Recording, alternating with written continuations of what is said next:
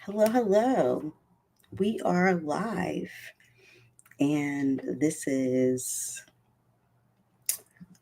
let's see, I think today is day 28 of my 90 consecutive days of live streaming. Oh, yes, it is. Let's update that.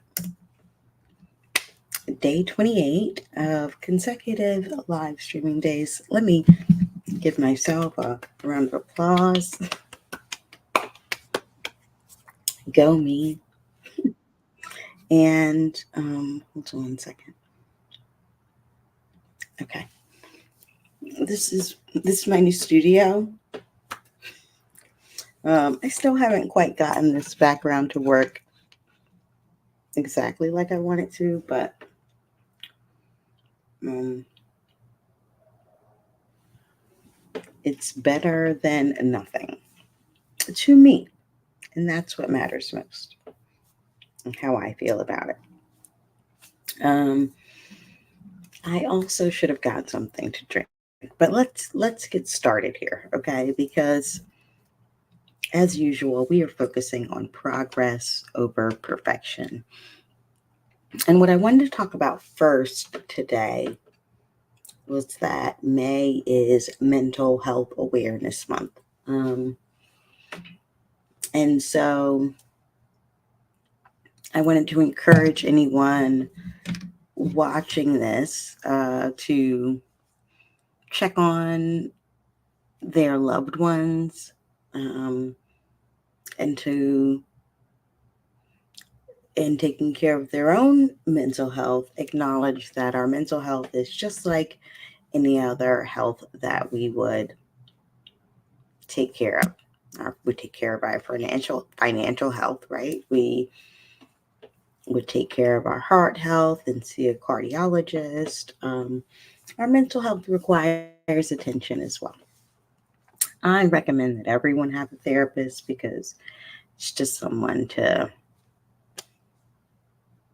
talk to that is non-judgmental and unbiased. They don't have any skin in the game except to not allow you to do harm to yourself or others. I mean, they're legally required to report that. But other than that, you can totally be your full self with this person and they cannot judge you legally. And should they, get a different one. But, not a but. And um, I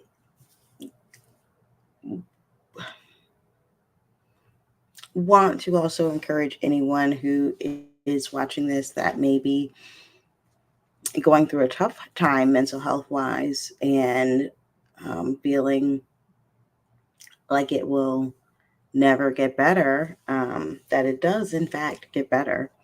And things can change. So, um,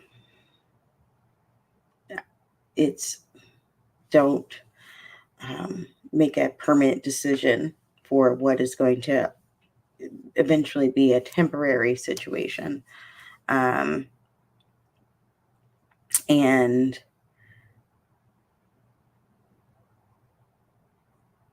yeah, you have value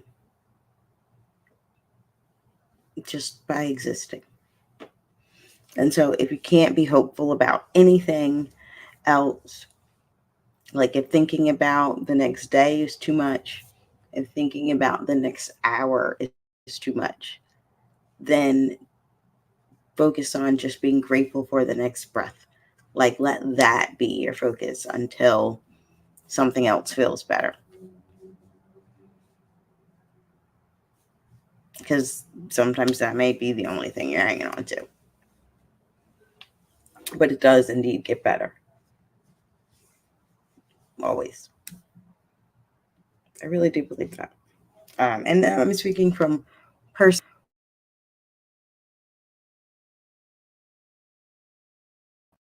trying to do as someone who has, their own history of depression. I am certainly glad that I sought therapy and learned new coping mechanisms and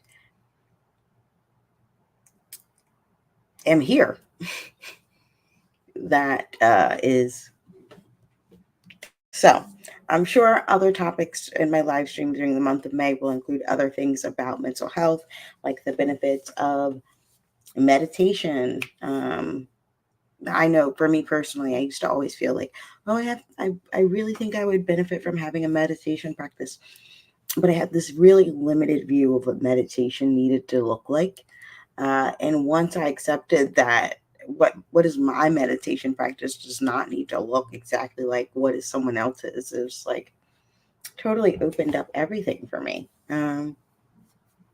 But for today, on day 28, I did have a specific topic that I wanted to talk about, and that is the painted picture exercise. Now, if you've never heard of it before, that's fine. I'll explain it to you. Give me one moment. So I can pull up my other screen and I'll tell you what the painted picture exercise is. It's kind of like a vision board, but not. It is meant to utilize all of your senses. And to create a vision that can be shared with others and that you can, use to get them on board. But it's been specifically used for companies to think about their brand and how they will grow their organization in a specific amount of time. And I thought about it in terms of an individual, and that, one could use this for their own personal brand. But you could also use it if you're a content creator and are thinking about your YouTube channel or whatever other platform you might be on. I feel like I'm lagging here because it looks like I'm lagging on my end, but I'm just going to hope that it's not. How about instead of just hoping, I'm going to go check? How about that? But that I'm going to go check. How about that? But okay, it is lagging, but we're going to catch up. It feels like it's caught up now. So back to the regularly scheduled program. I'm going to go find exactly what I had prepared for you to tell you about the painted picture exercise and how you can perhaps do that for either your own personal brand or your YouTube channel or whatever else you got going on. There we go. Here we are. Okay. So, the painted picture exercise is a visualization and planning tool designed to help individuals or organizations define and articulate a clear vision of your success. Now, it involves creating a detailed mental image of where you see yourself, your project, or your company in the future, typically within a 3 to 5 year time frame. And this image is painted with such detail that it feels almost tangible, including sensory details like emotions and specific achievements. Now, the purpose of this exercise is to provide a vivid and inspiring picture of the future that guides decision making and strategy in the present. And it encourages you to think expansively and creatively about potential achievements without the constraints of your current obstacles and limitations. And envisioning this ideal state can help you better align your current actions and strategies towards achieving that vision. So that's the concept.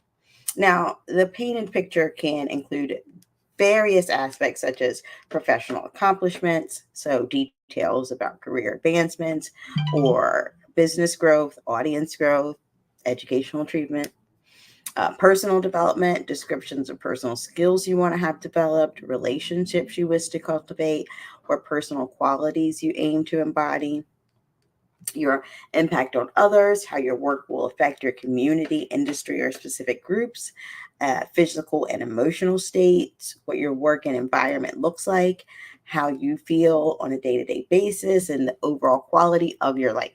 But overall, the painted picture serves as a motivational roadmap, helping to clarify the direction and inspire your journey towards the future. So I hope that painted a clear picture of what exactly the painted picture, well, at least what the goals are of the painted picture exercise. Now, how you do it is this.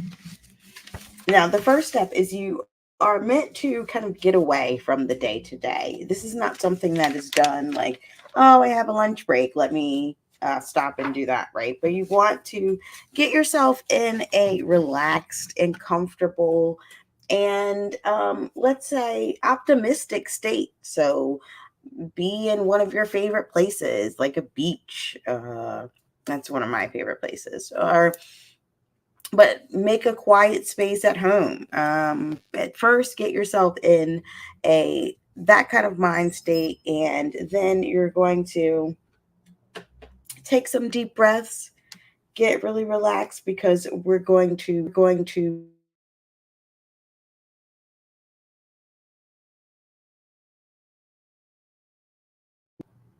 And now I just unmuted my mic. So I want you to take those deep breaths, close your eyes now that you're in this relaxed state. And we're going to look at this painted picture exercise in terms of your, let's say, YouTube channel. Hi, Coach Sherry. Now, oh, Coach Sherry, I just finished your live stream of day 31 of your challenge and know that you are now on the road to 90 days of live streaming. So kudos to you. And I'm glad that you were inspired by your daughter's own challenge to challenge yourself even further. And that, as I put on your thing, that you were already taking your advice from the appointment earlier this week and we're out figuring out how to make that work. But yeah, that is a low impact, we'll go with low impact way to get it done. Thank you, Coach Sherry. I told you I felt like the place is worth it of all the things I went through to go back there today. But man, today was at the, I don't know why I hadn't planned on talking about this today, but there was an interesting negotiation opportunity today at the braiding salon in which someone came in to, hi Charlene, get their faux locks taken out. And she just, at least from the part that I saw, she walked in and said, I would like my hair taken out. That's all she said. So then later I hear my hair. That's all I can hear. There's clearly commotion going on at the back of the salon. The ladies that are like on the row in front of me have a better view of what's going on and they're describing what is happening. And apparently the staff member in removing the lady's faux locks had been cutting off her actual natural hair. So they go to walk out of the side that we're in and to walk into the other side of the salon because the salon has like two parts and two floors on one part, etc. So the owner is on the other side. They go to walk over there to the owner, and I can see like it's the middle of her head that's where they started to take out the locks, and I can't tell where her natural hair ends and where the faux locks would have begun. So I could understand how the person cutting the locks out would not have realized. What the customer was arguing was I showed her, I specifically demonstrated it to her so she would know where my hair ended and the faux locks ended.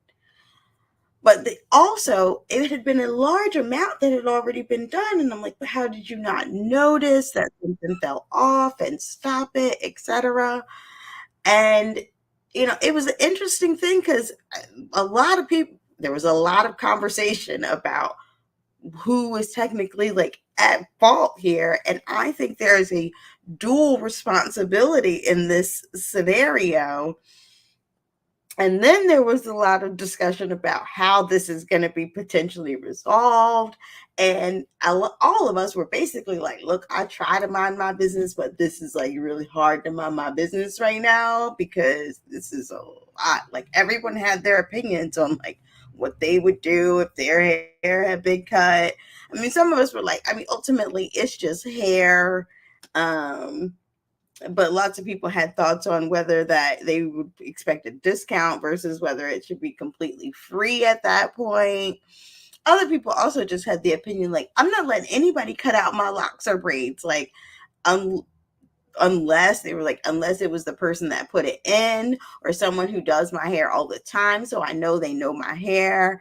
I mean, when I take out my braids and I know how long my hair is, like at most my hair is like it. I have 4C hair, so my coils are tight. So at most my hair is maybe like 4 inches high when it's like, so when I go to cut out my braids, even though I'm all the way down here cutting, I'm still second guessing and I know that's not where my hair is. Okay.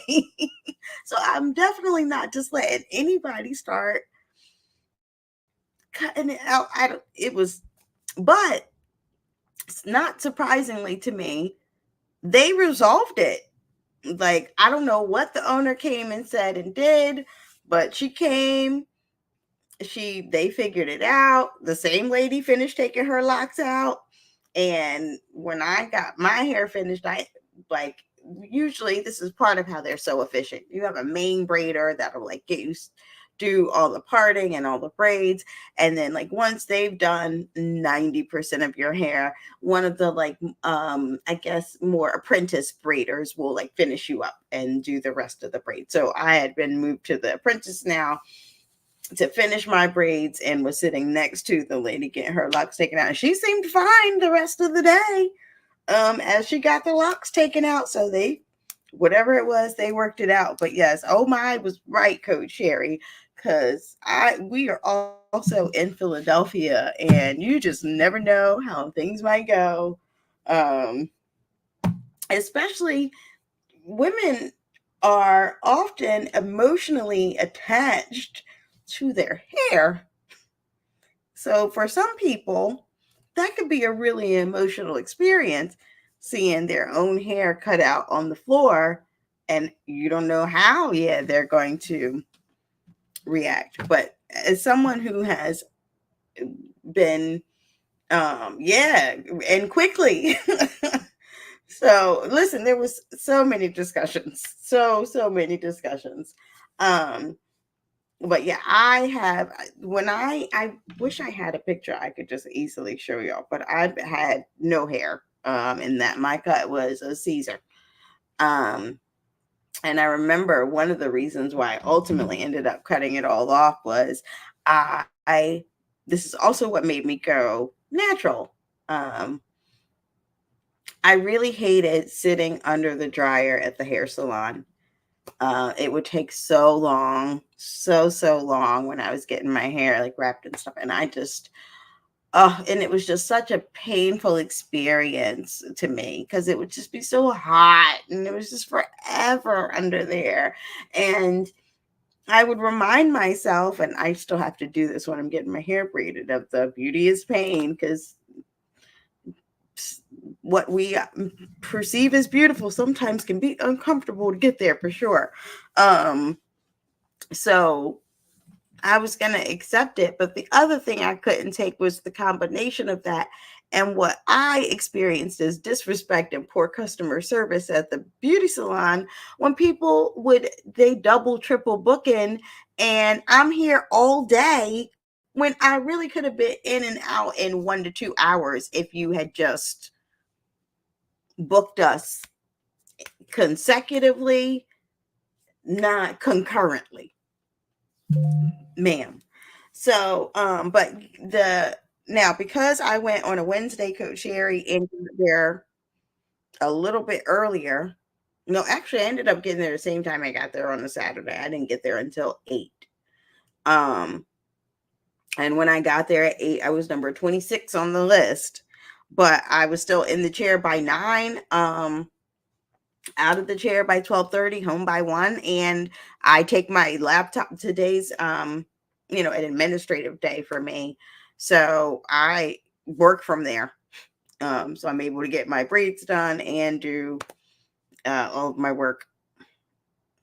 Um and if I have scheduled meetings on a Wednesday, I'll like do them towards later in the day. But I didn't have any meetings that I had to be on camera today, so I was able to just do all of my admin stuff. Well, I got my hair braided, which is also again one of the reasons why I wanted to work in tech and at a place where I could kind of work from anywhere and had that kind of flexibility. Um,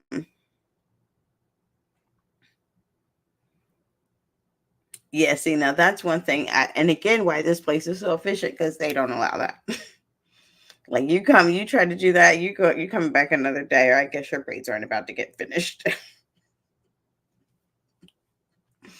um, but see, the other thing about this place too, though, is it is only braids. So it that's another reason why they're able to be so efficient, right? Because then there's and you know how like at the barbershop they would have like a photo and it would have like 20 pictures on there and it's like you can get these.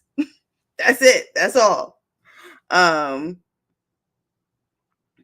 Yeah, that's how people mess up your time. But see, yeah, I think you would have a loyal following because people that like love that, oh, when I go to Sherry, she respects my time, so I always go to her. Those are the customers that you would have because they would respect your time as well. Those people that get in the chair talking about this, that, or the other, they don't want to come to you because they don't want to hear it. They're gonna go to the person that lets them get away with that. Now it's one thing because the same. Oh, so yeah, I got so tired of that though, and I had this stylist that would do that and make you and take just triple double book. And at the time, she was at a single studio. It was just her and her assistant. No, they're not really tight. Like they're not that uncomfortable. That's the other thing I like about this salon. Like I don't leave with my um feeling like my entire head is aching and they protect my edges. Um, my edges don't come out working with them. That's another reason why I like them. And I feel like if you find someone that protects your edges, you stay there. You don't go messing around. Um, but yeah, so one day I was waiting for the stylist and she was like over an hour late at the time, but she had a single studio and her single studio was next door to a barbershop. And I just said, forget it. I'm not even gonna continue to wait. And I just walked into the barbershop. Can somebody cut my hair? Um, and they cut it all off for me. They kind of asked me, like, "Are you sure?" And I'm like, "Yep, I'm so sure. I'm so sure. Like, please." And then I start at the time I started I started going to my boyfriend's barbershop. I would not go at the same day he went, but then I really felt bad because I felt like I was intruding on his, third place kind of thing. So I stopped going there and I found my own barber that was close to my home and or my barber that was close to my work. But yeah, I had no hair for gosh, how many years did I have my hair like that? I don't know, like maybe 2 years, maybe three. Um, and let me see if I do have a photo. Oh, I do. Let's see. All right, let's see if this lets me.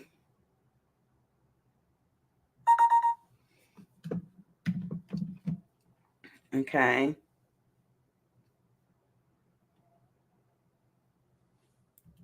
All right, let me see. I think I can do this by putting it on the other screen and then just sharing that screen. I think that will let me.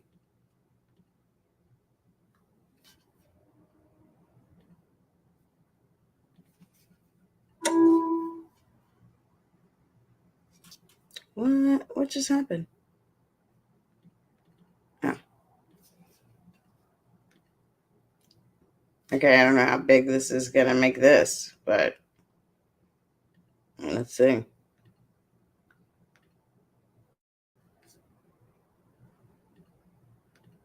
Oh, okay, there we go. That I had my hair like that for years, and I loved it. So, if it were me and someone cuts all my hair off at the braiding salon, I'll move past it. Uh, and somehow she managed to move past it today too. But it was, yeah, it was like, "Ooh, how is this going to go?" But it was an interesting negotiation. That sounds really interesting. Now, oh, so that's what led me to it. But as you said, they were a vibe. Now, eventually, when I let my hair grow back, I started going back to that stylist. And at that point, she had a new hair salon that she still was double, triple booking, but it was a vibe. Like there was always like food and wine. um, and there was like a separate like lounge area, yeah, where like the food and wine would be. But like if you were, back in service, and then there was like the like TV and entertainment area was kind of in between the lounge and the where you get service, so it kept everybody connected still. It was, and so we would always schedule our appointments on like a Friday night. So we would go like all three of us, me, my mom, and my little sister, and we would all make our appointments for the same day. And like it would basically be our girls' night out because we were going to be there for forever. So we would get there at like 5 and we would get out at like 10. And we might stop somewhere on the way home. It was fun. And so at that point it was about the experience. So um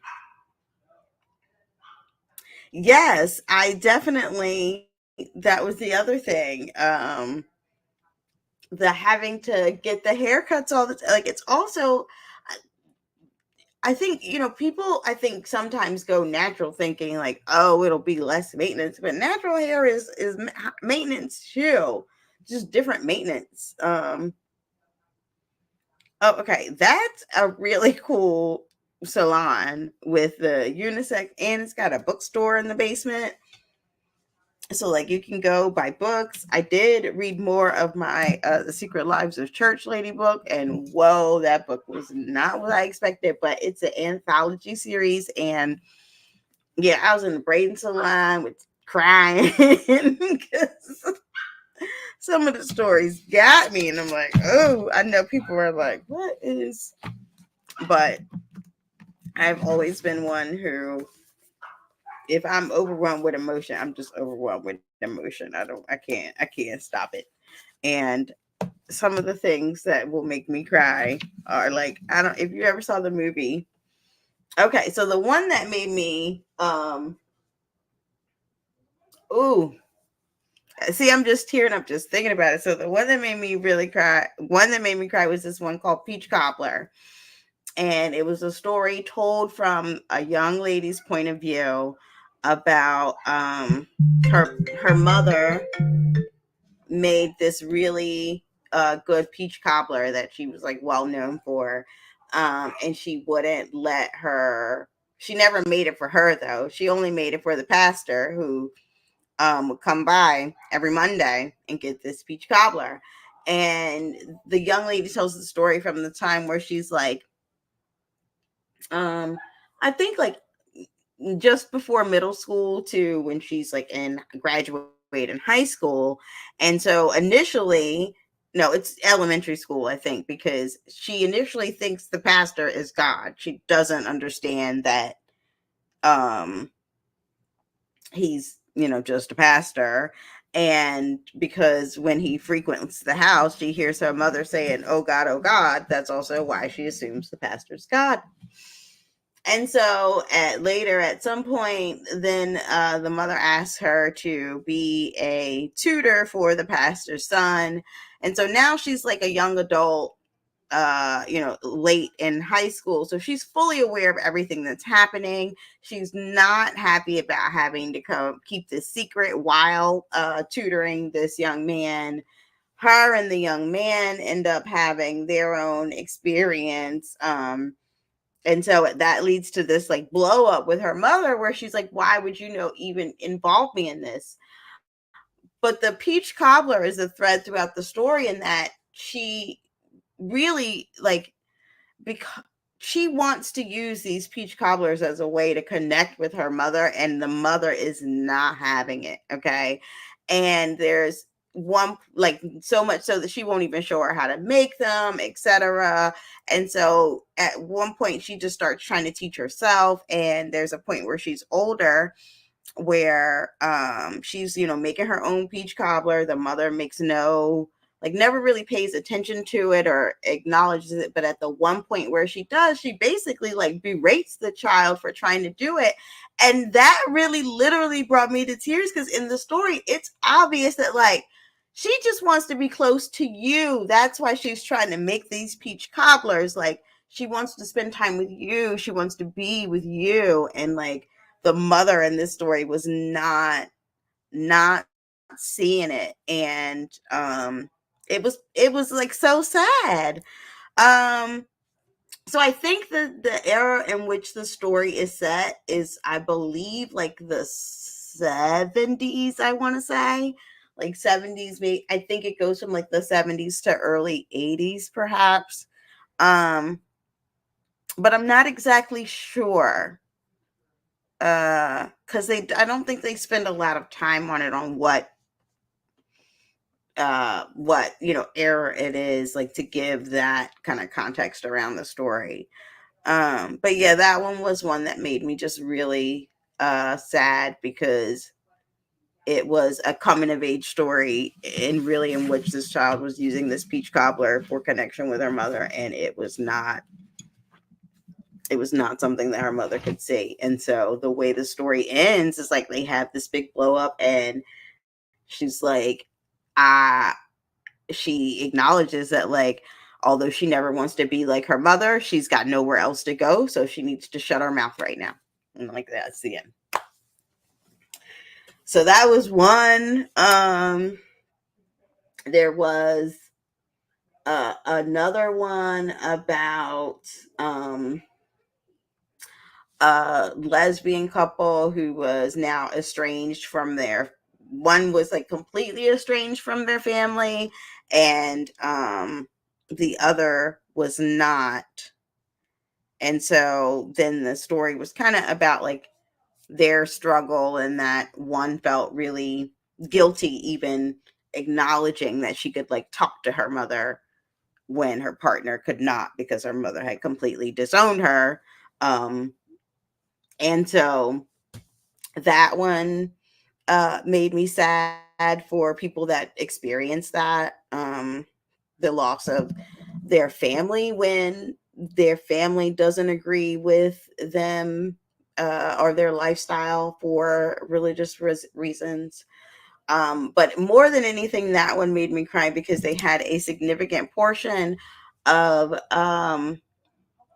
talking about missing their aunties and what that experience is like with their aunties. And it made me think of one of my favorite aunts that passed away. I think it's going on 2 years now. And so that I really connected with that description of what it's like to be with those women, and like sit at their feet and see them as larger than life. Kind of, even how you described your aunt, the reverence that you had for your aunt, Coach Sherry. So that one was more of like a nostalgia part that made me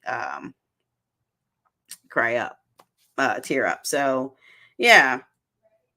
But it was when I knew that the book was about the secret lives of church ladies, I did not know that it was really going to be about the secret lives of church ladies. Like, so I'm enjoying it very, very much, though.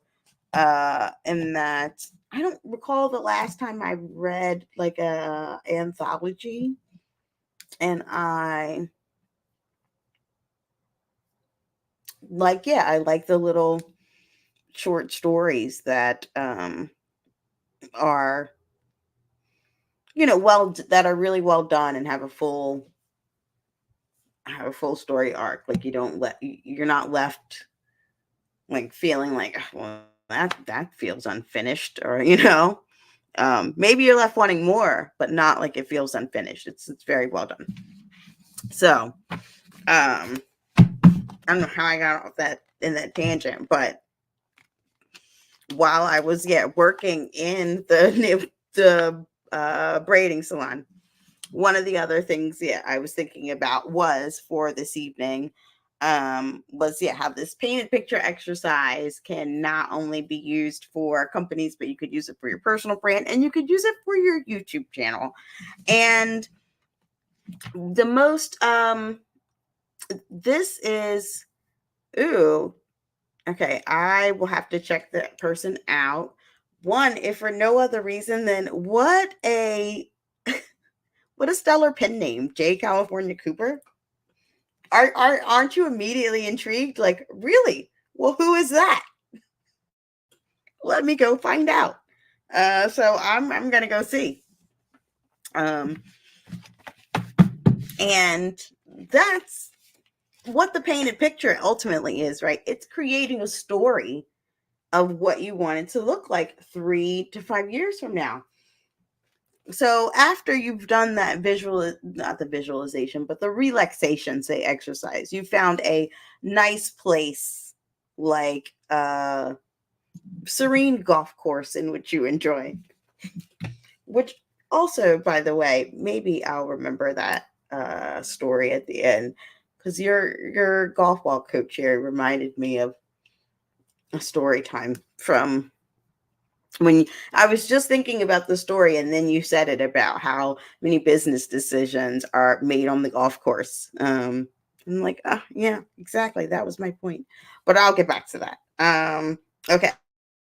Then I am even more intrigued about J. California Cooper stories, knowing that unfortunately unless they're, I don't know how you feel about this. Like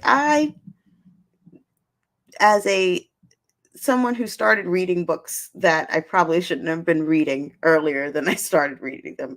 I used to read V.C. Andrews back when V.C. Andrews was still alive. And at some point, V.C. Andrews passed away, and then other people still continued to write under the V.C. Andrews pen name. And the future stories were. Now, V.C. Andrews was already like written soap operas. So I'd be curious for if you have an author that you like and they pass on, how do you feel about people continuing to write under their name?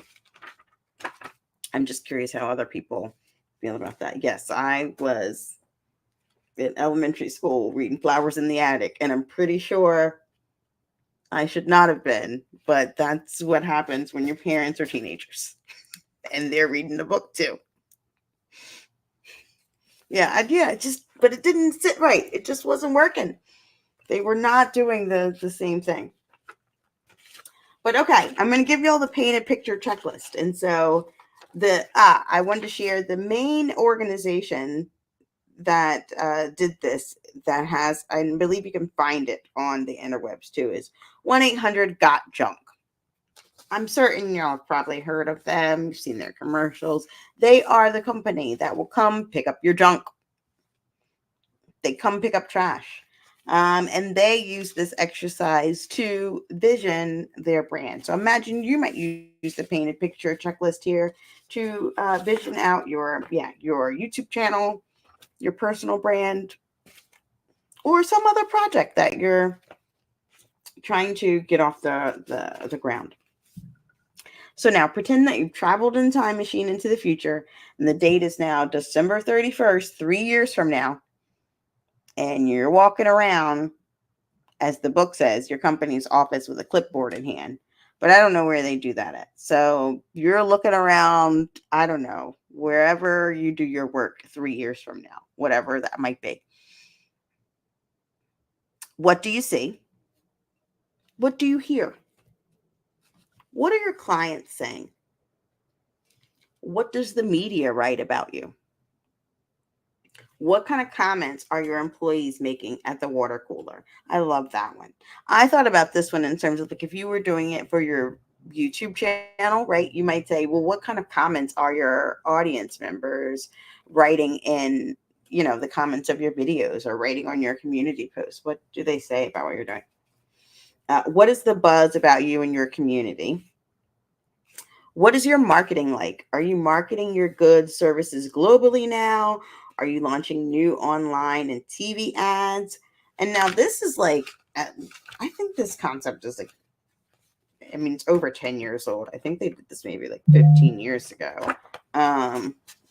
So think about like where you could be marketing and how that's changed now, right? So think about that in terms of that question. How is your company running day to day? Is it organized and running like a clock? What kind of stuff do you do every day? Are you focused on strategy, team building, customer relationships, etc.? What do your company's financials reveal? How are you funded now? How are your core values being realized among your employees? Ooh, that's another good one. Okay, so in doing this exercise, then you cover every area of your business: culture, staff, marketing, public relations, sales, IT, operations, finance, production, communication, customer service, engineering, values, employee engagement, work life integration. They say work life balance. I say work life integration because today was a prime example of what I mean by work life integration. I needed to do something that takes up a lot of time where I'm just sitting still.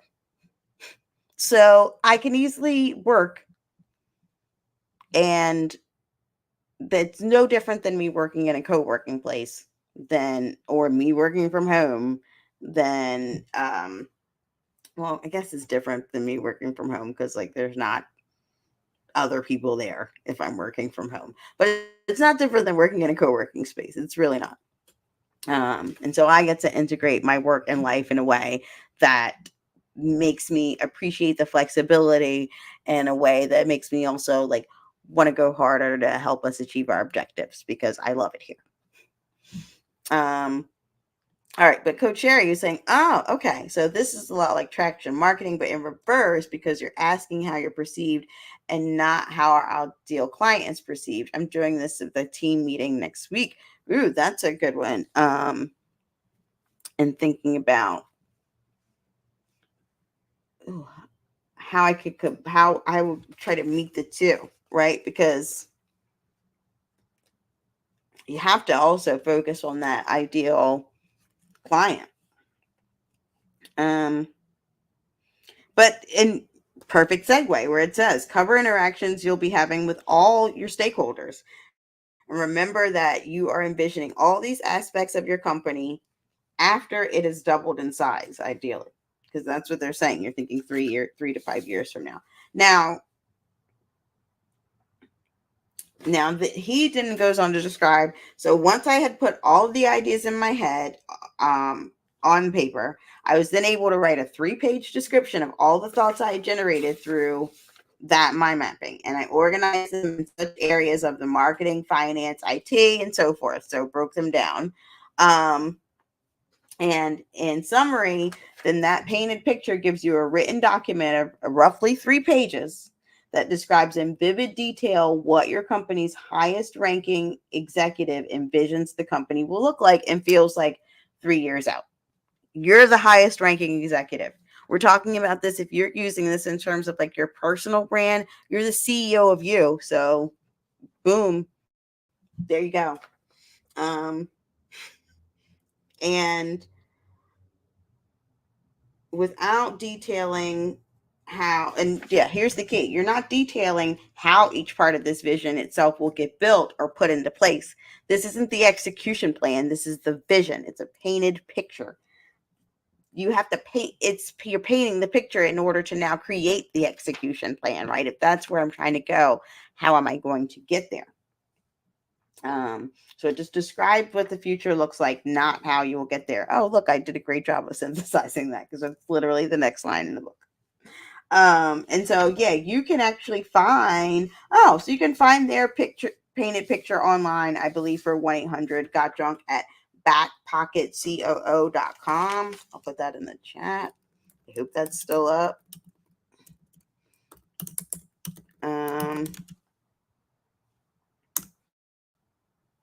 And yeah, I'm going to try this exercise with my YouTube channel. I encourage you to try this with your something that you want to leverage as a business or your own personal brand, and see, what your painted picture looks like. And I would encourage you to revisit. And as you make your execution plans, then you've also got that vision to kind of go back to and see, are we on the right track? And I think, like any other thing like this, that it's about your vision, considering it's considered a living document, right? Because your whatever, how would I describe this? I often try to talk about this in terms of, when you're thinking about organizational culture, it is an organism. And so it's going to grow and change. It has to respond to external circumstances.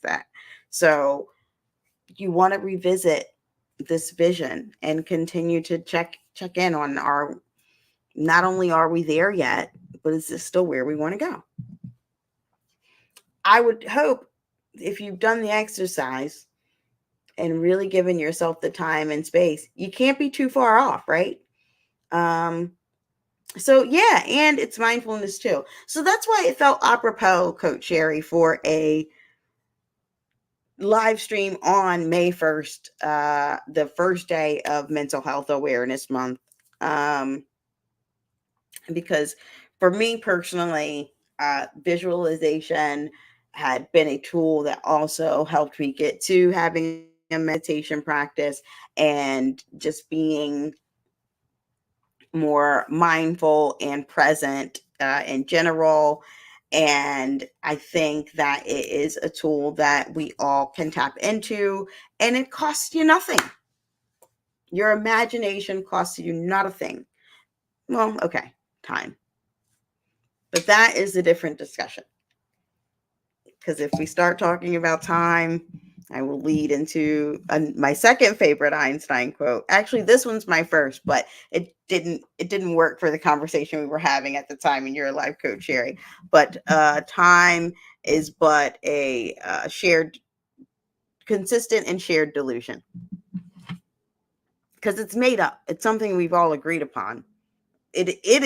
Time is a great example of an eternal negotiation, because we've all agreed upon how we're going to define time in order to operate together in this world, right? But since only this moment matters, it's the only moment that exists.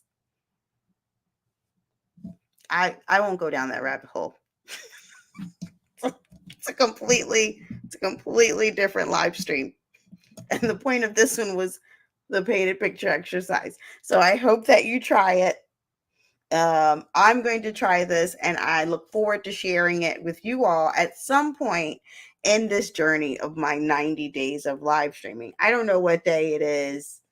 And maybe if I don't tell you exactly what day, you're likely to come back to hopefully find out between now and day 90.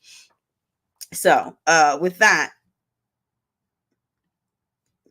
we're going to close with a quote from Coach Sherry here, because the moment before is over and the moment after is not guaranteed. So I want to thank you for being here with me for this moment, and I hope you have a great evening, and I hope to see you tomorrow on day 29 of my 90 days of live streaming.